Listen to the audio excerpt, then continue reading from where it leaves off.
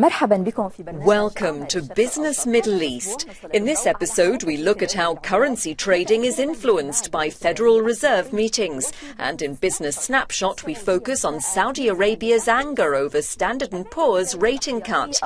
The Federal Reserve Bank continues to be indecisive over interest rates. After its latest meeting, the Fed kept the interest rate unchanged, which led the central banks of Japan and New Zealand to hold off on taking new stimulus measures. So the Fed maintaining monetary policies unchanged has an impact on currency trading trends in the Middle East and globally, particularly this time with the New Zealand dollar and the Japanese yen. Let's take a look at the story. The Fed has once again left interest rates unchanged in October, and now attention is already on December's meeting. The central bank's overt reference to possibly raising rates in December caught investors by surprise, as did its failure to comment on troubles in overseas economies. Also notable by its absence was the usual mention of US labour market conditions. All this was interpreted positively by other central banks, particularly the Reserve Bank of New Zealand and the Bank of Japan. New Zealand kept rates on hold following the Fed statement, putting more pressure on the New Zealand dollar, as it wanted. 7% lower for 2016. On Friday, the Bank of Japan kept the current policy unchanged, with no additional quantitative easing, which currently stands at 80 trillion yen annually. This has led to a notable rise in the yen against the dollar.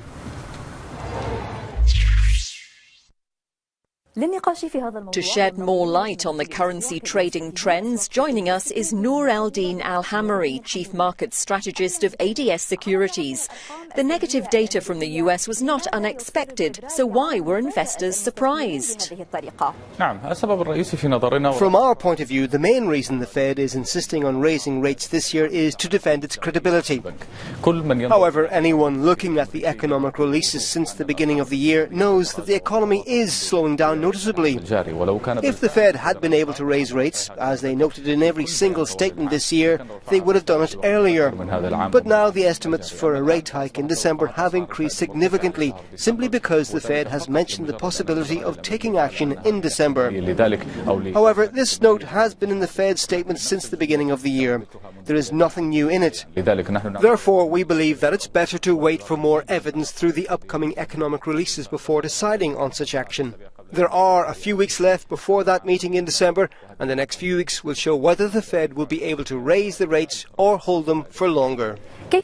After the central bank's decisions, how was currency trading, particularly in the Middle East? The Fed's decision had a positive impact on the US dollar, as estimates for a rate hike in December have increased significantly. We noticed a high demand for the dollar from the Middle East through our trading platforms, leading to a significant decline in the New Zealand dollar and the Japanese yen. However, the US economic releases that came in after the Fed's decision did not help the US dollar, leading most of the currencies to recover losses incurred immediately after the Fed meeting. Therefore, the trading remains choppy and is likely to continue that way here in the Middle East amid ongoing uncertainty about the Fed's decisions.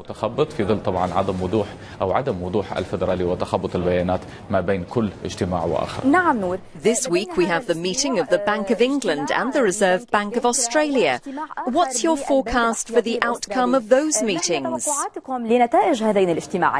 Our economic tracker for the UK and Australia shows that both economies are stable since the previous meetings. The economic releases are showing some sort of stabilisation. Moreover, the Fed's decision is likely to give both banks the ability to wait for longer before taking any action in the upcoming meetings. The Bank of England may hint at an earlier rate hike next year, which may support the British pound. As for the Reserve Bank of Australia, the latest decision by the People's Bank of China and the Fed statement is likely to help the bank to keep the current policy unchanged as well.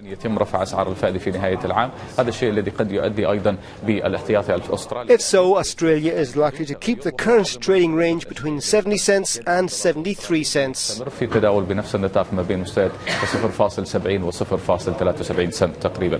Thank you, Noor.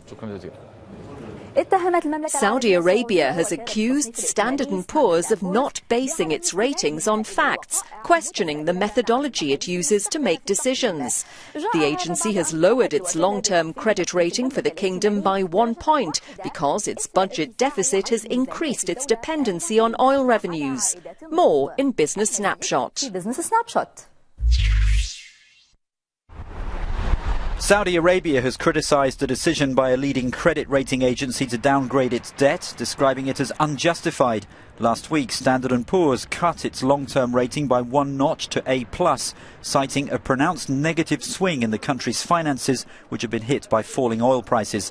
On Saturday, the Saudi finance minister called the assessment reactionary, insisting the economy remained fundamentally strong and pointing out that the world's 2 other major rating agencies view the country more positively.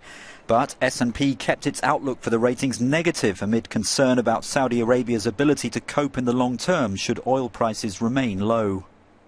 That's all for now. You can share your comments and suggestions via Euronews Business on Facebook. Thanks for watching. See you next week.